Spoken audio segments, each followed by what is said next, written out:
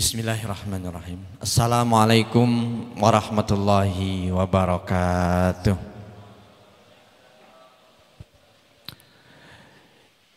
Innal hamdalillah nahmaduhu wa nasta'inuhu wa nastaghfiruh wa na'udzu billahi min shururi anfusina wa sayyiati a'malina. May yahdihillahu fala mudhillalah wa may yudlil fala hadiyalah. Asyhadu an la ilaha illallah wahdahu la syarikalah wa asyhadu anna Muhammadan abduhu wa rasuluhu la nabiyya wa la rasula ba'da. Qala rabbi shrah li sadri wa yassir li amri wahlul 'uqdatam min lisani yafqahu qawli amma ba'd. Bapak Ibu jamaah rahimani wa rahimakumullah. Bersyukur kita kehadirat Allah Subhanahu wa taala di sore hari yang penuh dengan keberkahan ini. Allah Subhanahu wa taala kembali memberikan kepada kita sebuah momentum, sebuah kesempatan untuk kita bisa terus berbenah, terus memperbaiki diri kita agar hari-hari yang akan kita lewati, yang hari-hari itu adalah hari-hari sisa dari kehidupan kita, untuk kemudian kita harus kembali kepada Allah Subhanahu wa taala menjadi sebuah kesempatan-kesempatan yang terbentang untuk kemudian terus mendapatkan keberkahan dari Allah Subhanahu wa taala. Maka mari di kesempatan yang baik ini kita memanjatkan rasa syukur kita kehadirat Allah Subhanahu wa taala dengan kalimat tahmid alhamdulillahirabbil alamin. Selanjutnya salawat dan salam senantiasa terlimpah curah atas qudwah hasanah kita beliau Rasulullah Muhammad sallallahu alaihi wasallam beserta seluruh keluarga, para sahabat dan seluruh umatnya, dan semoga Allah jadikan atas kita menjadi bagian dari umatnya beliau sallallahu alaihi wasallam yang mendapatkan anugerah syafaatnya, amin ya rabbal alamin. Bapak dan Ibu yang saya hormati dan dirahmati Allah, di sore hari ini kita akan sama-sama belajar meraih kedamaian hati, di mana ini adalah sebuah kebutuhan mendasar dari setiap insan, apalagi orang yang beriman. Karena dengan kedamaian hati akan memungkinkan kita untuk bisa melakukan apa saja yang menjadi hajat dan kebutuhan kita. Karena tanpa ketenangan seringkali kita sendiri dibuat bingung, dibuat tidak mengerti sebenarnya apa yang kita butuhkan di dalam kehidupan ini. Maka Bapak dan Ibu yang saya hormati, dalam sebuah ayatnya yang mulia Allah Subhanahu wa taala menegaskan alladzina amanu wa tatma'innu qulubuhum bi dzikrillah. Ala bi dzikrillah tatma'innul qulub. Yaitu orang-orang yang beriman dan hati mereka menjadi tenang, menjadi nyaman, menjadi damai dengan mengingat Allah.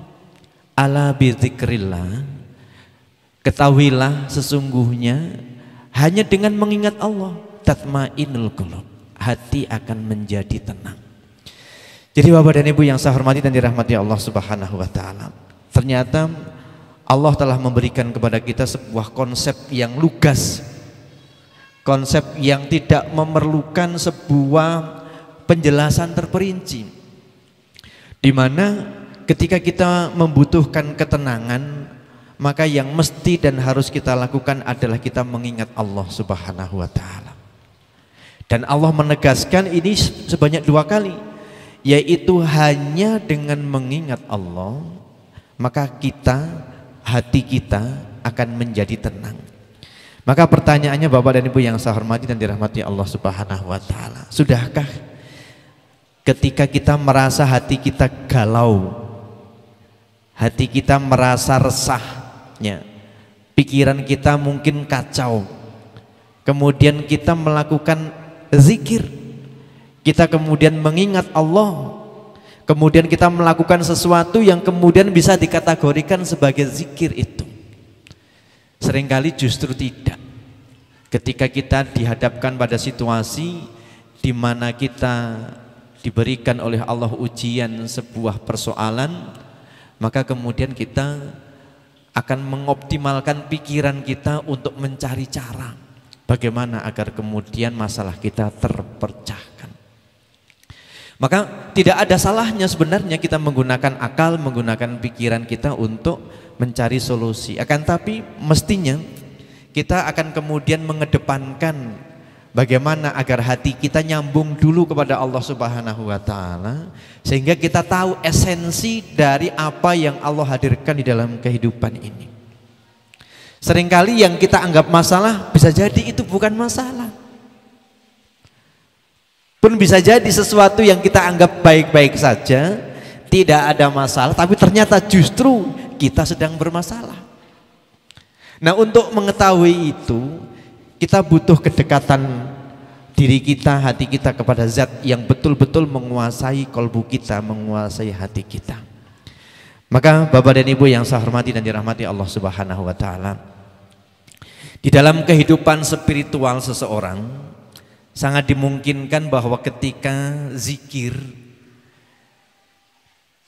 kita tidak menemukan ketentraman dan kedamaian. Pernah atau mungkin sering merasakan Bapak Ibu, kita sudah zikir ini, tapi hati kita belum tenang, kita belum menemukan kenyamanan. Pernah atau belum Bapak-bapak nih? Ibu-ibu pernah gak? Ya, kalau saya sering. Ya, jadi ketika kita sudah zikir ini, padahal kan tadi janji Allah Subhanahu wa taala bahwa hanya dengan mengingat Allah hati kita menjadi tenang. Akan tapi ada kalanya ketika kita kemudian melakukan zikir tapi kita tidak mendapatkan ketenangan itu. Kita tidak mendapatkan kedamaian itu. Zikir kita terasa hambar. Gimana mboten? Ya, kita merasakan zikir kita hambar, nggak bermakna, nggak bisa menyentuh hati kita. Yang berzikir hanya lisan kita. Padahal tadi Allah menegaskan bahwa hanya dengan berzikir, hanya dengan mengingat Allah, hati kita akan menjadi tenang.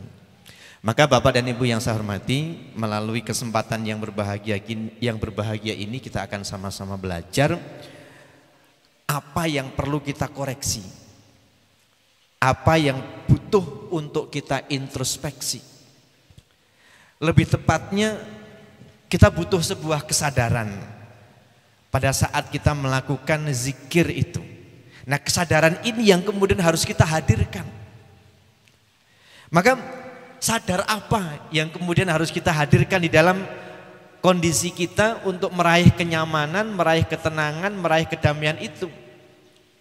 Maka Bapak dan Ibu yang saya hormati dan dirahmati Allah Subhanahu wa taala, yang harus kita hadirkan pertama kali adalah kita sadar dengan apa yang kita sedang lakukan.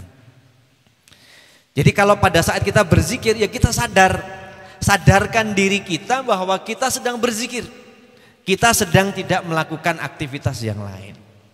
Ini yang pertama. Yang kedua, kita juga sadar dengan apa yang sedang kita ucapkan. Jadi dengan dua hal ini, dengan dua kesadaran ini, insya Allah kita akan mendapatkan sebuah clue, sebuah tool, sebuah bantuan agar kemudian zikir yang kita lakukan itu akan membuahkan ketentraman, akan menghadirkan kedamaian. Maka Bapak dan Ibu yang saya hormati dan dirahmati Allah Subhanahu wa taala, sejenak kita coba melihat realita di tengah masyarakat kita, di mana ketika kita melaksanakan sholat berjamaah di masjid atau di musola, ya, maka kebiasaan yang sering kita dapati adalah bahwa kebanyakan orang itu melakukan zikir dengan intonasi yang keras. Gini betul? Ya. Orang yang ada di sekitarnya mendengar saat kita berzikir. Dan kemudian ritmenya cepat. Ya.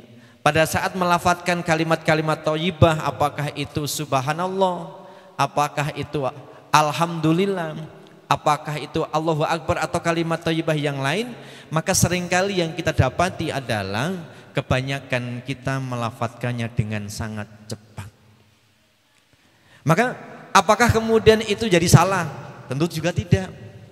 Karena ketika kita berada di dalam sebuah jamaah sholat, sementara imam kemudian memandu, memimpin kita untuk melaksanakan zikir secara berjamaah, secara bersama-sama, maka ikuti saja. Ya. Toh kalau seandainya katakanlah kita tidak mengikuti, kita tidak akan kemudian bisa mendapatkan feel juga. Kita tidak akan mendapatkan rasa juga. Karena apa? Karena telinga kita mendengarkan zikir orang lain. Telinga kita mendengarkan suara orang lain. Maka kemudian apa yang mesti kita lakukan? Maka kita butuh tambahan waktu untuk zikir secara sendiri. Ya. Sekali lagi catatannya adalah kita butuh waktu untuk zikir secara sendiri. Ya. Syukur zikir yang kita lakukan dalam kesendirian itu juga kita lakukan di dalam keheningan malam. Ya. Mungkin yang terdengar adalah suara jangkrik, ya, atau suara belalang pohon, atau suara desiran angin. Ya. Maka Bapak dan Ibu yang saya hormati dan dirahmati Allah Subhanahu wa Ta'ala, coba Bapak Ibu lakukan ya sesekali. Nanti mungkin Bapak Ibu akan bisa merasakan ketika malam panjenengan bangun, ya, panjenengan keluar rumah, ya, cari tempat yang tidak beratap, kemudian panjenengan hamparkan sajadah di sana, kemudian panjenengan sholat, dan kemudian panjenengan mulai zikir. Ya, Bapak dan Ibu yang saya hormati, saya yakin kita akan menemukan sebuah suasana yang berbeda. Ya. Kita akan begitu jelas mendengarkan bagaimana alam bercerita kepada kita. Kita akan merasakan betapa kulit kita merasakan sejuknya, ya, hembusan angin malam yang mungkin tidak bisa dilukiskan dengan kata-kata. Bahkan kemudian diam saja, mulut kita tidak mengatakan apa-apa, kita sudah merasakan sebuah kedamaian. Karena suasana di saat itu memang damai. Maka Bapak dan Ibu yang saya hormati, sekali lagi catatan kita adalah kita butuh waktu tambahan untuk berzikir, ya, dalam kesendirian dan di dalam keheningan malam. Maka hanya kemudian kita merenungkan, Bapak dan Ibu yang saya hormati, merenungkan kebesaran Allah dalam ciptaannya, atau kita memikirkan hikmah dalam proses perjalanan hidup kita.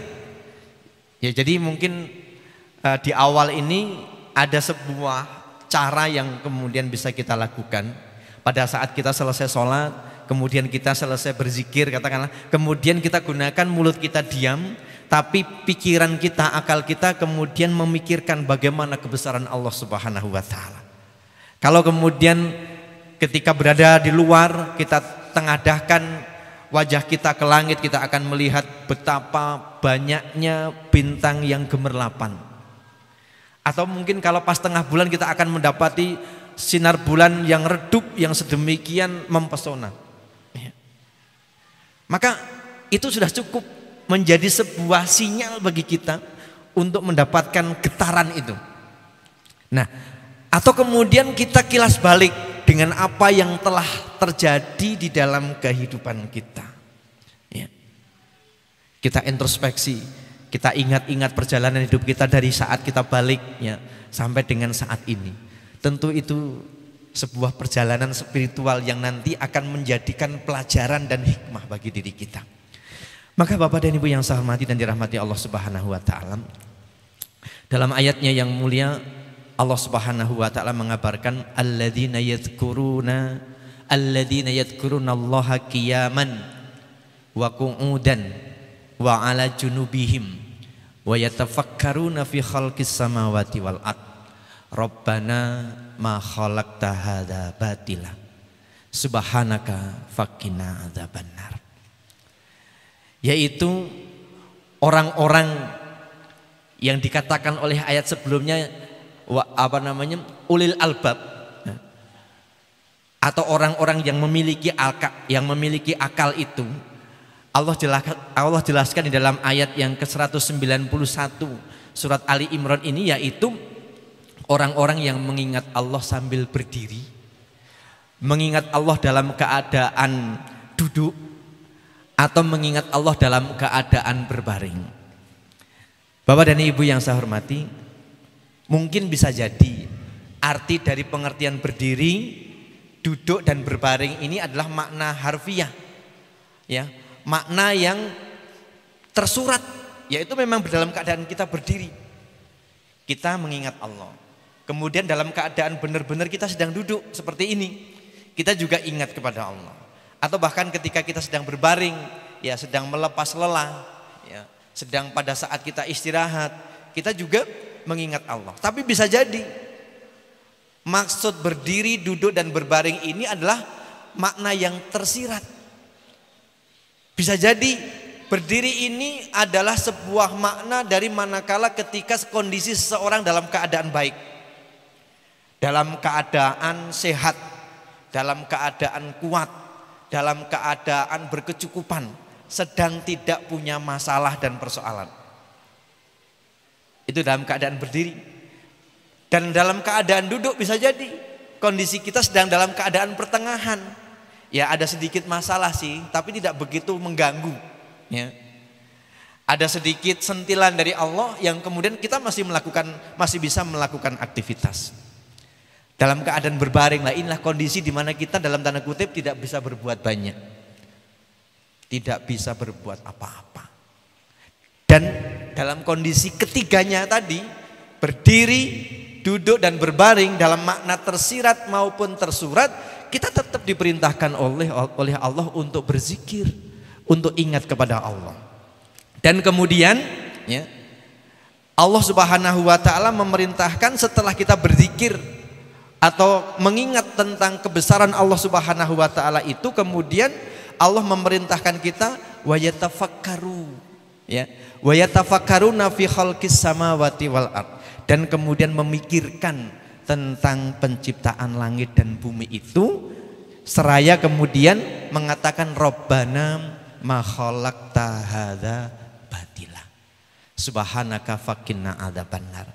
Maha suci Engkau ya Allah, Engkau telah menciptakan semua ini, tiada yang sia-sia. Ya.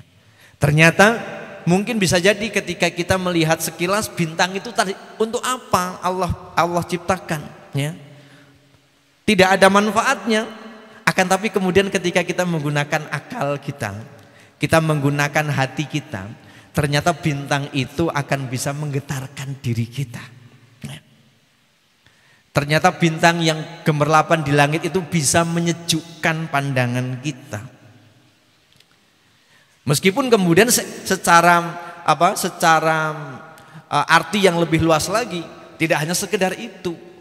Wong ternyata bintang yang kita lihat sekecil itu, ya hanya kerlap-kerlip itu, ternyata kata para ahli astronomi, ia merupakan sebuah matahari. Ya.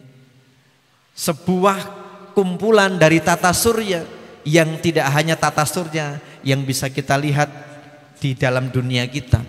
Ternyata matahari itu jumlahnya banyak. Tidak hanya puluhan, tidak hanya ratusan, bahkan jutaan dan miliaran.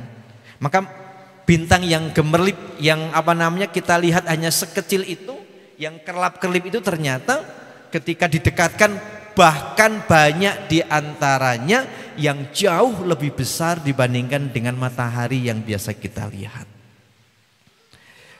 Bapak dan Ibu yang saya hormati dan dirahmati Allah Subhanahu wa taala, maka di ayat tadi Allah Subhanahu wa taala memberikan gambaran kepada kita bahwa orang-orang yang berakal akan menggunakan akalnya untuk mengingat Allah dengan berzikir dan memikirkan. Berzikir dan bertafakur atau merenungkan ciptaan Allah dengan bertafakur. Maka ini barangkali sesuatu yang seringkali terlewatkan di dalam kehidupan kita. Sehingga manakala kita merasakan hati kita galau, hati kita resah, hati kita serasa ketika beraktivitas ibadah hambar, itu karena akal kita, pikiran kita tidak kita gunakan maksimal untuk kemudian merenungkan kemahabesaran dan kemahakuasaan Allah Subhanahu wa taala. akal dan pikiran kita selama ini hanya kita gunakan untuk memikirkan sesuatu yang matematis, hitung-hitungan, ya. Wabil khusus terkait dengan uang, ya. Dan keuntungan dan kerugian, atau hal-hal yang kemudian sifatnya duniawi semata. Padahal ayat tadi menjelaskan kepada kita bahwa akal kita itu mestinya juga kita gunakan untuk memikirkan ciptaan Allah Subhanahu wa taala. Akal kita gunakan untuk merenungkan, mentafakuri kebesaran Allah Subhanahu wa taala. Maka ternyata di dalam kehidupan Rasulullah sallallahu alaihi wasallam, selain ibadah tafakur ini dipandang sebagai salah satu kegemaran Rasulullah sallallahu alaihi wasallam, ya. Jadi berzikir dan bertafakur ini menjadi sebuah momentum yang menjadi kesukaan Rasulullah sallallahu alaihi wasallam. Mungkin kalau kita yang selama ini bisa memahami adalah Rasulullah itu bertafakur sebelum beliau diangkat menjadi nabi, yaitu ketika beliau bertahanuts atau beruzlah di Gua Hira. Nggih nggak betul? Ya. Kita sepakat kan kalau Rasulullah sebelum diangkat menjadi nabi, sebelum diangkat menjadi rasul, beliau memang memiliki kegemaran menyendiri, ya, bertahanuts atau beruzlah.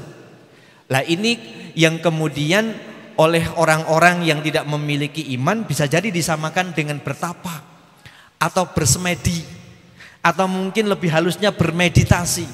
Padahal bukan bertapa, bukan bersemedi, ya.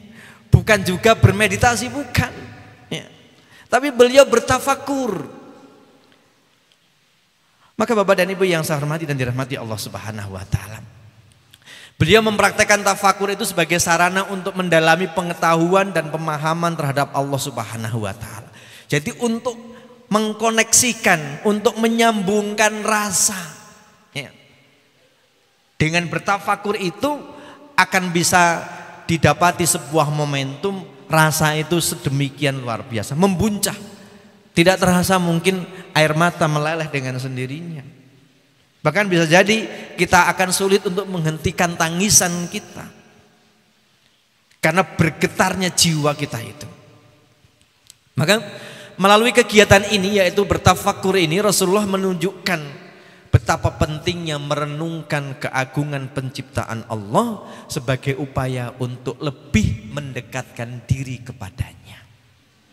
Jadi bertafakur ini sebuah ikhtiar, ya, yang dilakukan oleh Rasulullah untuk merenungkan keagungan ciptaan Allah sebagai upaya untuk lebih mendekatkan diri kepada Allah Subhanahu wa taala. Bapak dan Ibu yang saya hormati dan dirahmati Allah, Al-Quran menggambarkan bahwa mereka yang senang bertafakur adalah mereka yang selalu mengingat Allah kapanpun dan dimanapun, sehingga mereka mudah untuk memahami tanda-tanda kebesaran Allah. Jadi kalau orang sudah memiliki kebiasaan bertafakur, maka tidak harus sepi, tidak harus sunyi nantinya. Tapi kalau kemudian dalam proses kita berlatih diri, ya maka kita butuh kesunyian itu, butuh kesendirian itu. Tapi ketika kemudian jiwa kita, ya, hati kita atau diri kita secara umum telah terbiasa, maka kita akan bisa bertafakur itu dalam keramaian, dalam kebersamaan banyak orang. Maka Bapak dan Ibu yang saya hormati, Rasulullah ketika kemudian beliau setelah diangkat menjadi nabi dan rasul, beliau memang, ya, menggunakan waktu-waktu malamnya untuk bertafakur. Kita melihat sedalam sirah beliau itu ketika malam bangunnya itu di setengah malam, Bapak Ibu sekalian. Bahkan seringkali belum masuk setengah malam, ya. Panjang berarti waktu beliau. Kalau setengah malam katakanlah jam 12 malam, maka sampai dengan waktu subuh itu paling enggak 4 jam, Bapak Ibu sekalian. Itulah yang kemudian beliau gunakan setiap malamnya, setiap harinya untuk bertafakur, ya. Bisa jadi beliau bertafakur dalam sholat. sehingga kaki beliau digambarkan bengkak. Bisa juga beliau bertafakur dalam zikir. Maka Bapak dan Ibu yang saya hormati dan dirahmati Allah Subhanahu wa taala, esensinya adalah bahwa Rasulullah Shallallahu alaihi wasallam pun meskipun beliau sudah diangkat menjadi nabi dan rasul dengan berbagai persoalan umat yang begitu banyaknya, beliau setiap malam meluangkan waktu untuk menyendiri, ya, hanya berdua dengan Allah Subhanahu wa taala. Beliau menjadikan kesendiriannya itu adalah untuk menguatkan sisi-sisi spiritual beliau, sehingga beliau menjadi sebuah pribadi yang tidak pernah tergoyahkan, ya. Prinsipnya sedemikian menghujam di dalam hati, di dalam jiwa. Maka Bapak dan Ibu yang saya hormati dan dirahmati Allah Subhanahu wa taala, dalam Al-Qur'an Allah Subhanahu wa taala mengajak kita untuk bertafakur. Itu salah satunya adalah di dalam surat Ar-Ra'd ayat yang ketiga. Di sana Allah berfirman, wa huwallazi madal arda wa ja'ala fiha rawasiya wa anhara wa min kulli samarati ja'ala fiha yawjaini isnaini yuksil lailan nahar inna fi dzalika la ayatin liqaumi yatafakkarun. Dan Dia Allah yang membentangkan bumi dan menjadikan gunung-gunung dan sungai-sungai di atasnya, dan padanya Dia Allah menjadikan semua buah-buahan yang berpasang-pasangan. Dia menutupkan malam kepada siang. Sungguh pada yang demikian itu terdapat tanda-tanda keesaan Allah bagi orang-orang yang berpikir.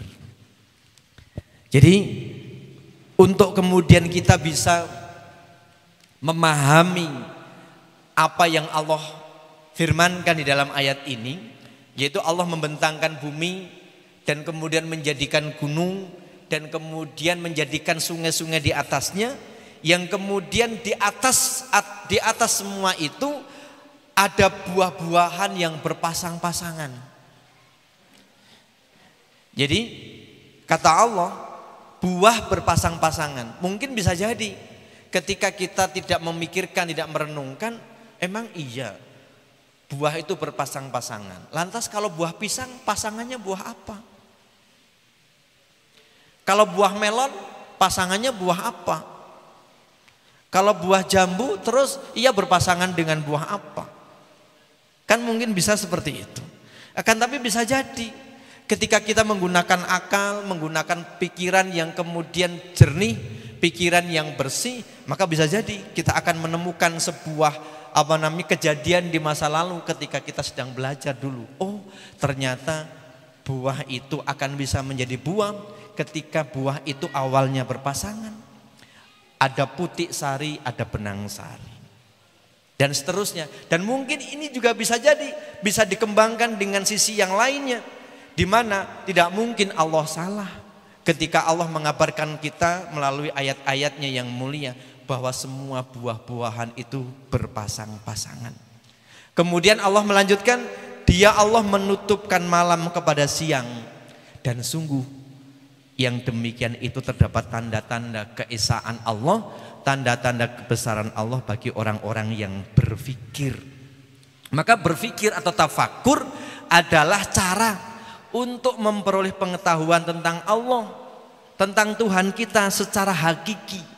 Tidak hanya secara maknawiyah, tidak hanya secara definisi, tapi benar-benar kita mengenal Allah secara hakiki. Maka para ulama mengatakan bahwa tafakur itu ibarat pelita hati, Bapak Ibu. Saya ulangi ini ya. Tafakur itu ibarat pelita hati, sesuatu yang akan menerangi hati kita. Sehingga dengan melakukan tafakur itu kita akan bisa melihat baik dan buruk maupun manfaat dan madharat dari segala sesuatu. Ya. Dengan bertafakur itu kita kemudian akan bisa memahami, melihat dengan sangat jelas mana yang baik dan yang buruk, mana yang manfaat dan mana yang madharat. Maka Bapak dan Ibu yang saya hormati dan dirahmati Allah Subhanahu wa taala, seorang ulama yaitu Yahya bin Mu'adz Ar-Razi, beliau pernah mengatakan, man arrafa nafsahu wa man arafa rabbahu. Barang siapa yang tidak bisa mengenal dirinya, maka dia juga tidak bisa mengenal Tuhannya. Atau dalam pengertian yang lain, barang siapa yang sudah bisa dan sanggup mengenal dirinya, maka dia pasti akan juga mengenal Tuhannya. Ya. Man arafa nafsahu wa man arafa nafsahu wa man arafa rabbahu. Atau man arafa nafsahu faqad arafa rabbahu. Barang siapa yang mengenal dirinya, maka sungguh ia akan mengenal Tuhannya. Maka mengenal diri kita itu tidak mungkin Bapak Ibu sekalian hanya dengan mengenal nama kita. Oh iya Teguh, tahu enggak? Tahu ya. Padahal belum tentu ya. Teguh yang kita maksud itu adalah Teguh yang sesungguhnya. Mungkin bisa jadi orang melihat baik, padahal belum tentu baik. Atau mungkin melihatnya tidak baik, belum tentu juga tidak baik.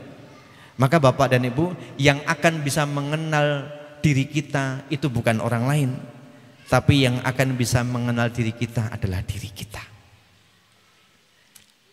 Jadi yang akan bisa mengenal diri kita adalah diri kita sendiri. Dan ketika itu berhasil kita lakukan, maka kita akan bisa mengenal Allah Subhanahu wa ta'ala. Bapak dan Ibu yang saya hormati dan dirahmati Allah Subhanahu wa ta'ala, tidak terasa sudah sesaat lagi waktu maghrib. Maka insya Allah kita akan lanjutkan di sesi-sesi berikutnya. Semoga pertemuan di sore hari ini setidaknya menjadi mukodimah bagi kita, bahwa kita butuh ya, butuh untuk melakukan zikir dan tafakur ya, dalam sebuah kesatuan. Karena bisa jadi selama ini kita zikir ya, tetapi kemudian karena tidak diikuti atau tidak dibarengi dengan tafakur, zikir kita mungkin menjadi gersang, zikir kita menjadi tidak membekas di dalam hati kita. Maka Bapak dan Ibu yang saya hormati, salah satu tahapan atau salah satu cara yang memungkinkan untuk bisa kita coba dan bisa kita lakukan agar kita bisa mendapatkan kedamaian, kita bisa mendapatkan kenyamanan, mendapatkan ketentraman, itu adalah dengan kita berlatih untuk bertafakur. Karena ternyata ini menjadi sebuah kegemaran Rasulullah, baik sebelum beliau diangkat menjadi Rasul maupun setelah beliau diangkat menjadi Rasul. Beliau menghabiskan malam-malam yang panjang itu untuk bertafakur ya. Jadi beliau, sebagaimana tadi saya sampaikan, seringnya adalah beliau itu bangunnya di setengah malam, bahkan kurang. Karena dalam surat Al-Muzammil jelas sekali, ya ayyuhal muzammil ya. Wahai orang-orang yang berselimut, qumil laila illa qalila. Bangunlah engkau ya di malam hari kecuali sedikit ya. Qumil laila illa qalila niswahu. Ternyata yang sedikit itu kata Allah niswahu, yaitu separuh malam. Kalau malam itu kita maknai atau kita mulai dari jam 8 ya, dan berakhir jam 4, maka separuh itu adalah pas jam 12 malam ya. Auzid alaihi, awingkus minhu qalila, atau dikurangi sedikit dari separuh itu. Jadi bisa jadi di tengah malam atau di malam hari saat kita bangun, kita agak kelewatan, yaitu bangunnya tidak tengah malam tapi sudah kelewatan. Enggak apa-apa, karena ayatnya juga begitu ya. Nisfahu awingkus minhu qalila, atau kurang dari sedikit dari separuh itu. Tapi kemudian Allah menegaskan auzid alaihi, atau kalian tambah dari separuh itu. Jadi patokannya bangun malam itu ternyata separuh malam Bapak Ibu sekalian. Sehingga kita punya waktu yang cukup untuk bertafakur. Kita punya waktu cukup untuk mendapatkan insight di dalam hati kita ya. Kemudian apa yang dilakukan? Warattilil Qur'ana tartila, kalau di dalam ayat surat Al-Muzammil tadi. Karena membaca Al-Quran dengan tartil itu juga bisa menjadi tafakur ya, bisa menjadi zikir. Maka seringkali kita melewatkan kebiasaan yang sudah kita lakukan tapi kita tidak mendapatkan insight, tidak mendapatkan apa-apa, tidak mendapatkan makna dari apa yang kita lakukan. Karena apa? Karena kita hilang kesadaran. Kita tidak sadar dengan apa yang sedang kita lakukan, dan kita juga tidak sadar dengan apa yang sedang kita ucapkan. Maka mari kita raih kesadaran kita itu dengan kita terus melakukan, melatih diri kita dengan apa-apa yang kita lakukan dan dengan apa-apa yang kita ucapkan.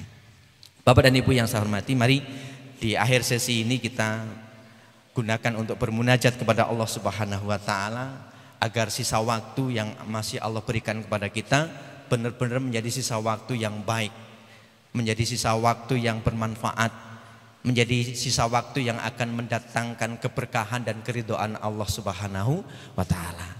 Kita awali doa kita dengan mohon ampun kepada Allah, istighfar 3 kali. Astaghfirullahaladzim, astaghfirullahaladzim, astaghfirullahaladzim. A'udzubillahi minasyaitonirrajim. Bismillahirrahmanirrahim. Allahumma salli wa sallim wa barik ala sayyidina Muhammad wa ala alihi wa sahbihi ajmain. Alhamdulillahi rabbil alamin. Hamdan syakirin, hamdan na'imin, hamdan yuwafi ni'mahu wa yukafi mazidah. Ya Rabbana lakal hamdu kama yanbaghi li jalali wajhikal karim wa 'azimi sultanik. Allahumma ya Allah ya Rahman ya Rahim, ya Hayyu ya Qayyum ya Dzal Jalali wal Ikram. Allahumma ya Allah ya Fattahu ya Razzaq, ya Ghani ya Mughni ya Ahad ya Samad, alladzi lam yalid wa lam yulad wa lam yakul lahu kufuwan ahad. Allahumma a'inna ala zikrika wa syukrika wa husni ibadatik. Allahumma a'inna ala zikrika wa syukrika wa husni ibadatik. Allahumma a'inna ala zikrika wa syukrika wa husni ibadatik. Allahumma barik lana fi baladina wa barik lana fi qaryatina wa barik lana fi ma'hatina wa barik lana fi ilmina wa barik lana fi umurana wa barik lana fi ahlina wa barik lana fi ma razaqtana wa qina azabannar. Allahumma taqabbal minna innaka antas samiul alim wa tub alaina innaka antat tawwabur rahim. Allahumma inna nas'aluka salamatan fid din wa afiyatan fil jasad wa ziyadatan fi ilmi wa barakatan fil rizqi wa taubatan qablal maut wa rahmatan indal maut wa maghfiratan ba'dal maut. Allahumma hawin alaina fi sakaratil maut wa najata minan nar wal afa indal hisab. Allahumma inna nas'aluka bi husnil khatimah. Allahumma inna nas'aluka bi husnil khatimah. Allahumma inna nas'aluka bi husnil khatimah wa na'udzubika min su'ul khatimah. Allahumma inna nas'aluka ridhaka wal jannah wa na'udzubika minan nar. Allahumma rabbana atina min ladunka rahmah wa hayyi' lana min amrina rasyada. Ya muqallibal qulub sabit qulubina ala dinik. Ya musarrifal qulub sarif qulubana ala ta'atik. Ya muqallibal qulub, ya muqallibal qulub sabit qalbi ala dinik, sabit qalbi ala dinik, sabit qalbi ala dinik. Ya musarrifal qulub sarif qulubana ala ta'atik. Hasbunallahu wa ni'mal wakil, ni'mal maula wa ni'man nasir. Wala haula wala quwata illa billahil aliyil azim. Subhana rabbika rabbil izzati amma yasifun, wassalamun alal mursalin, walhamdulillahi rabbil alamin. Bapak dan Ibu yang saya hormati dan dirahmati Allah Subhanahu wa taala, ini yang bisa kita pelajari bersama di momentum yang berbahagia ini. Mari sama-sama kita akhiri dengan hamdalah dan doa kafaratul majlis. Alhamdulillahirabbil alamin. Subhanakallahumma wa bihamdika asyhadu an la ilaha illa anta astaghfiruka wa atubu ilaik. Afu minkum. Assalamualaikum warahmatullahi wabarakatuh.